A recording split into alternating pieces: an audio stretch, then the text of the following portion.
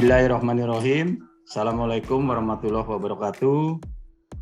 Selamat siang menjelang sore. Salam sejahtera bagi kita semua. Salam sehat selalu. Yang kami hormati Ibu PLTSS Dikti, yang kami hormati Bapak Direktur Kelembagaan, yang kami hormati para pimpinan perguruan tinggi, baik itu perguruan tinggi negeri maupun perguruan tinggi swasta, yang kami hormati pula Prof. Lilis dan Bapak Ahmad Afandi serta tim PMO yang hadir pada sore hari ini.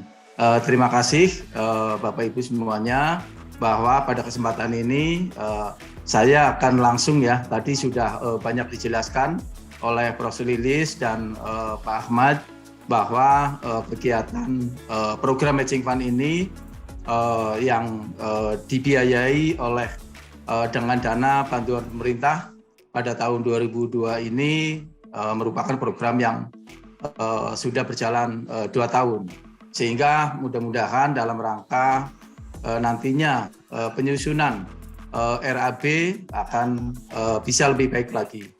Namun demikian dalam yang 2 batch yang sudah kami verifikasi terkait dengan penyusunan RAB ini masih banyak yang kurang sesuai dengan format-format yang sudah disampaikan dan sudah disampaikan juga di dalam panduan komponen-komponen apa yang bisa dibiayai oleh program Matching Fund Kedereka.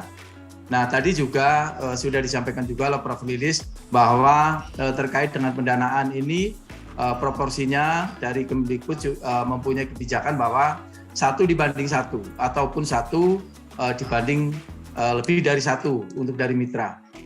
Namun demikian masih ada beberapa juga pengusul yang menyampaikan proposal ini lebih dari 1 untuk yang dana dari Dikti, sehingga ada yang mengusulkan 2:1, bahkan ada juga yang mengusulkan 3:1. Nah, ini yang mungkin harus Bapak Ibu ketahui juga bahwa komitmen dari Kemendikbud bahwa program ini padanan anggarannya adalah 1:1. Nah, untuk menyingkat waktu kami akan langsung memberikan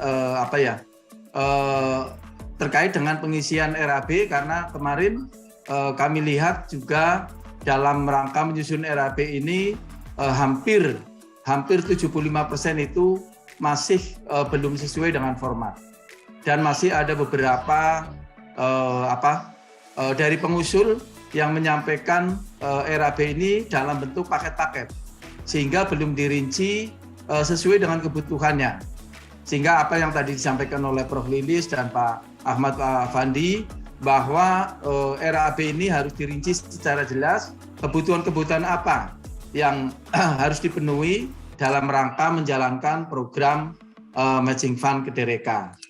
Nah, untuk selanjutnya kami akan langsung saja memandu Bapak Ibu juga dalam rangka menyusun RAB dari 4 komponen, yaitu komponen honorarium, operasional, produksi, dan pengelolaan program. Mohon izin share screen.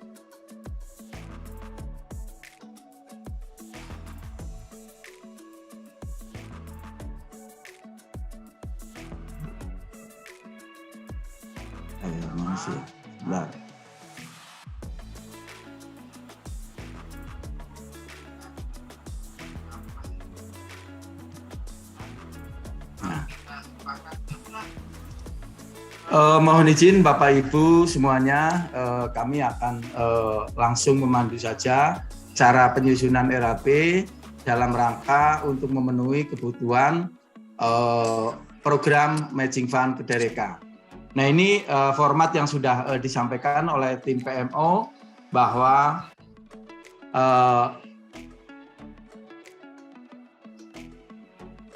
ini terkait dengan beberapa komponen. Yang pertama yaitu terkait dengan komponen honorarium.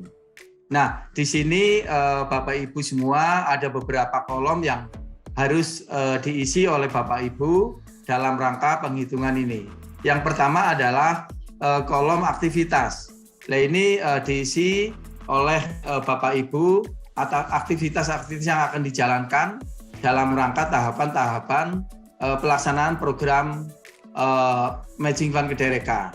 Nah, yang kedua adalah nama atau personel, yaitu nama para peneliti yang melakukan yang melakukan penelitian dalam rangka penyelesaian program ini. Nah, di sini mungkin Bapak Ibu juga masih ada beberapa yang menyampaikannya ini belum ada namanya, sehingga kami dalam rangka kemarin melakukan evaluasi sehingga harus langsung diisi oleh Bapak Ibu. Nah, ini yang mungkin dalam rangka pembahasan ini membutuhkan waktu ya.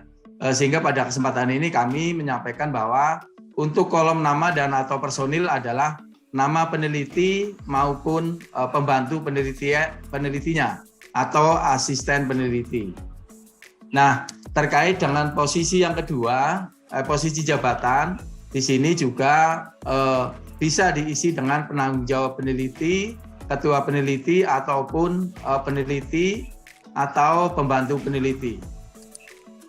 Nah, yang terkait dengan kolom 4 ini memang masih ada beberapa banyak sekali yang belum sesuai.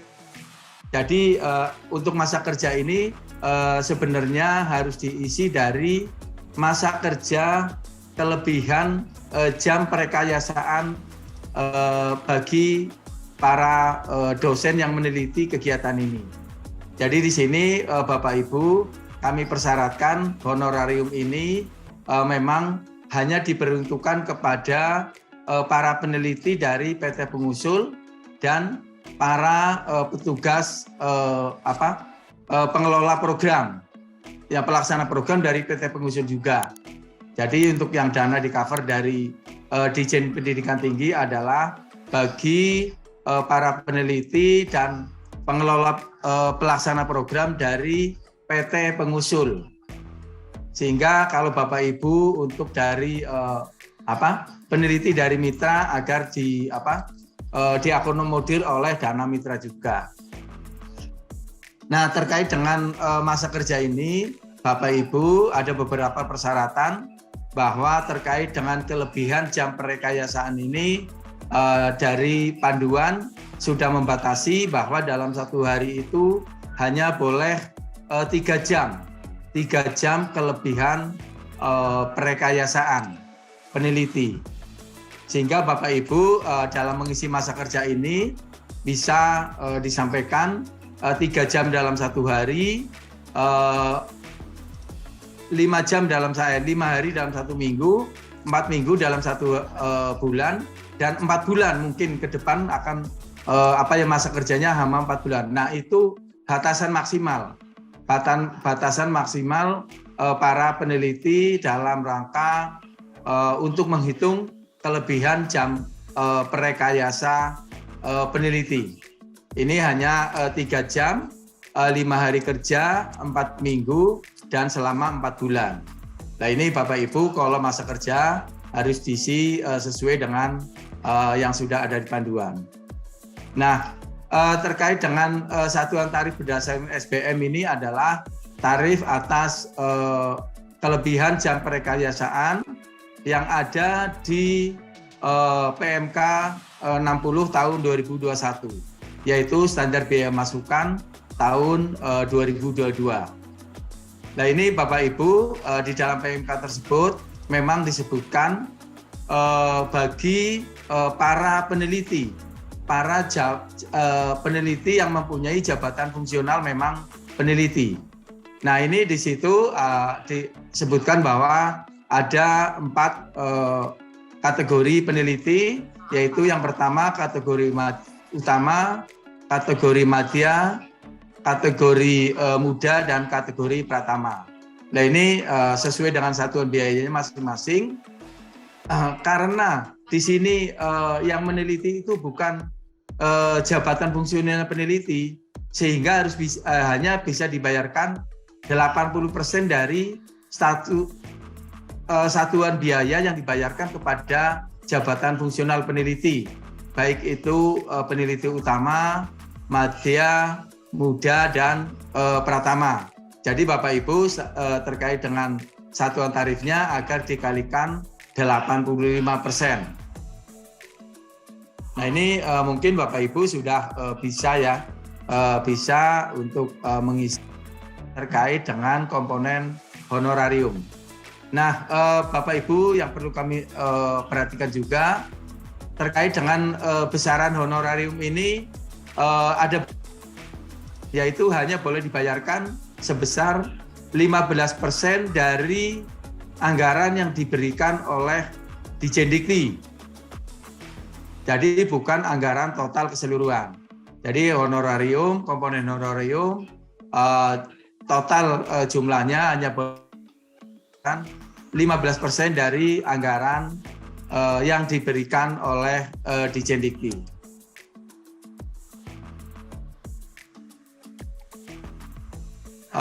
Selanjutnya Bapak Ibu nanti terkait dengan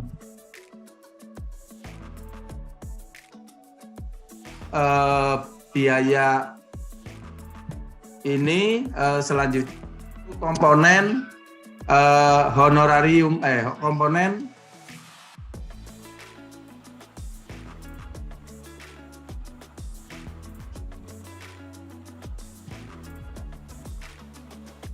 sebentar Bapak Ibu.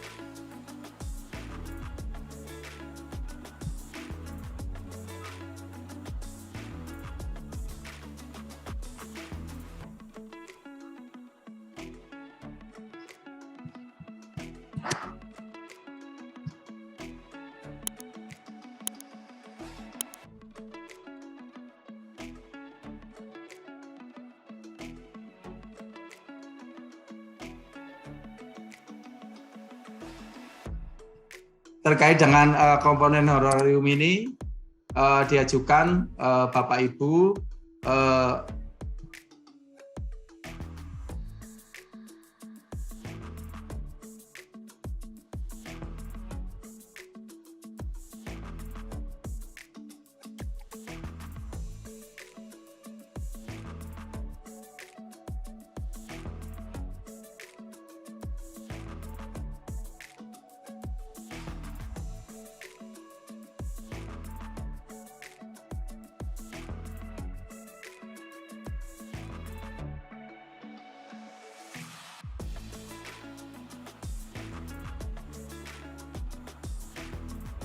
komponen honorarium. Untuk yang kedua terkait dengan komponen operasional. Nah ini Bapak Ibu untuk komponen operasional ini sama seperti tadi untuk kolom pertama yaitu mengisi aktivitas Bapak Ibu. Jadi ini di sini juga Bapak Ibu untuk aktivitas ini yang dijalankan oleh Bapak Ibu dalam pembahasan program. Nah, yang kedua adalah terkait dengan komponen. Nah, komponen di sini harus Bapak Ibu isi secara lengkap, yaitu apabila Bapak Ibu terkait dengan pembiayaan FGD. Ini salah satu contohnya, yaitu misalnya di dalam FGD tersebut dibutuhkan beberapa biaya, misalnya salah satunya adalah komponen konsumsi. Nah di sini Bapak Ibu juga harus menyebutkan berapa konsumsi tersebut untuk membiayai berapa orang dan berapa kali diberikan. Nah ini satuannya adalah orang kali. Terus kuantitasnya apabila ini mungkin untuk membiayai 5 orang dalam 6 kali sehingga di kuantitas adalah 30. Jadi formula ini harus di komponen di kolom komponen. Nah, satuan biayanya di sini harus mengikuti satuan biaya yang dari SBM terkait dengan kebutuhan konsumsi. Nah, ini juga terkait dengan perjalanan dinas dalam negeri yang bisa komponen operasional juga harus dijelaskan juga.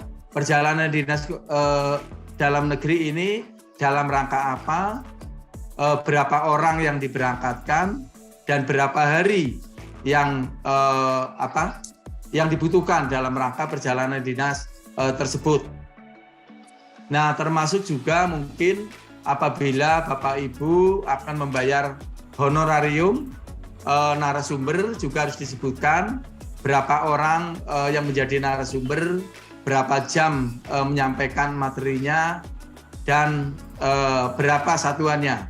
Nah, ini honor narasumber ini juga harus mengikuti ketentuan di dalam PMK. Nah, di dalam narasumber di sini memang dipersyaratkan narasumber harus berasal dari luar PT penyelenggara atau luar Kementerian Kemendikbudristek. Jadi tidak boleh membayar narasumber yang menjadi narasumber adalah para peneliti itu sendiri ataupun pejabat yang berasal dari perguruan tinggi pengusul atau mitra. Jadi di sini harus di luar perguruan tinggi maupun di luar kementerian. Mungkin udah jelas Bapak Ibu yang terkait dengan operasional. Selanjutnya kami akan menyampaikan terkait dengan biaya produksi. Nah, di sini Bapak Ibu untuk biaya produksi ada dua, yaitu produksi alat dan non alat. Nah, ini kami akan menyampaikan yang terkait dengan produksi alat. Nah, ini yang sesuai dengan panduan, sama saja tadi untuk kolom aktivitas diisi oleh aktivitas Bapak Ibu, tahapannya apa saja. Terus untuk komponen, kolom komponen juga harus diisi oleh Bapak Ibu. Misalnya ada pengadaan satu alat atau pembuatan suatu bangunan atau fisik. Nah, di sini terkait dengan kolom ketiga, yaitu satuannya, apakah itu satuan paket dan kuantitasnya berapa paket dan satuan biayanya. Nah, mungkin Bapak Ibu yang perlu diperhatikan juga terkait dengan satuan biaya di sini. Nah, kalau Bapak Ibu untuk pengadaan peralatan, satuan biaya ini harus didasarkan atas HPS atau referensi atau juga press list dari pihak ketiga. Jadi tidak boleh Bapak Ibu mengisi satuan biaya ini hanya perkiraan. Sehingga Bapak Ibu juga harus menyiapkan dokumen-dokumen tersebut sehingga pada waktu pembahasan Ibu sudah bisa menyampaikan dokumen-dokumen pendukung terkait dengan pengadaan maupun sewa dari kegiatan-kegiatan matching fund. Nah, di sini Bapak Ibu dari pengalaman yang sudah disampaikan di tahap 1 dan 2 masih banyak Bapak Ibu para pengusul belum membawa dokumen-dokumen yang dipersyaratkan di dalam rangka proses pengadaan maupun jasa sewa dalam memenuhi kebutuhan produksi untuk alat. Ya, ini Bapak Ibu nanti mohon Bapak Ibu juga harus segera menyiapkan bagi para pengusul. Nah, Bapak Ibu juga terkait dengan juga dana yang dari mitra juga harus demikian juga. Jadi apabila dana padanan yang dari mitra itu bentuknya paket juga harus diuraikan. Paket itu apa saja dan juga referensi harganya, referensi harga atau HPS-nya. Karena tidak menutup kemungkinan bagi auditor, baik itu auditor inspektorat maupun auditor BPK ataupun BPKP nantinya akan mengkonfirmasi terkait dana padanan yang diberikan oleh perguruan tinggi itu apa saja. Nah ini yang tadi juga disampaikan oleh Prof. Lilis, bahwa dana padanan dari perguruan tinggi baik itu in kind atau in cash harus memenuhi memenuhi persyaratan, jangan hanya bentuk aset ataupun tempat-tempat dalam rangka penyelenggaraan program matching fund ini, sehingga dana padanan yang diberikan oleh mitra bisa berkontribusi juga di dalam rangka proses program matching fund ini. Untuk selanjutnya adalah terkait dengan produksi non alat. Nah ini produksi non alat juga Bapak Ibu juga harus disampaikan juga terkait dengan aktivitas, komponen, unit, kuantitas dan satuannya. Nah ini Bapak Ibu juga harus memenuhi persyaratan terkait dengan kebutuhan non alat ini, yaitu diantaranya bahan-bahan untuk proses produksi dalam rangka pelaksanaan program ini. Nah ini Bapak Ibu nantinya dalam rangka untuk produksi non alat ini seyogianya juga harus dirinci betul-betul kebutuhan yang dibutuhkan dalam rangka untuk pelaksanaan program. Selanjutnya yaitu terkait dengan pengelolaan program. Di sini sama seperti tadi, kolom aktivitas, komponen, unit dan kuantitas. Nah ini juga terkait dengan pengelolaan program ini hanya untuk kebutuhan yang sifatnya operasional, yaitu misalnya ATK, fotokopi atau rapat-rapat koordinasi. Nah ini terkait dengan komponen pengelolaan program, seyogianya diharapkan kontribusi dari perguruan tinggi pengusul, sehingga Bapak Ibu sebagai PT pengusul mempunyai komitmen terkait dengan pendanaan proses ini, program ini, dan besarannya hanya dipersyaratkan 5% dari dana yang dianggarkan oleh Dikjendikti. Jadi mungkin tidak terlalu besar, maksimal 5%, dan hanya kebutuhan-kebutuhan yang sifatnya operasional. Mungkin itu Bapak Ibu yang kami sampaikan dalam rangka penyusunan RAB program Matching Fund PDRK yang kemarin memang memakan waktu agak banyak dalam rangka verifikasi ya, karena mungkin Bapak Ibu juga belum satu persepsi dalam rangka penyusunan RAB ini. Mudah-mudahan dengan kami sampaikan ini mungkin Bapak Ibu sudah punya gambaran untuk menyusun proposal RAB program Matching Fund ini. Itu saja mungkin yang bisa kami sampaikan Bapak Ibu. Mohon maaf apabila ada yang kurang berkenan. Sekian, wassalamualaikum warahmatullahi wabarakatuh.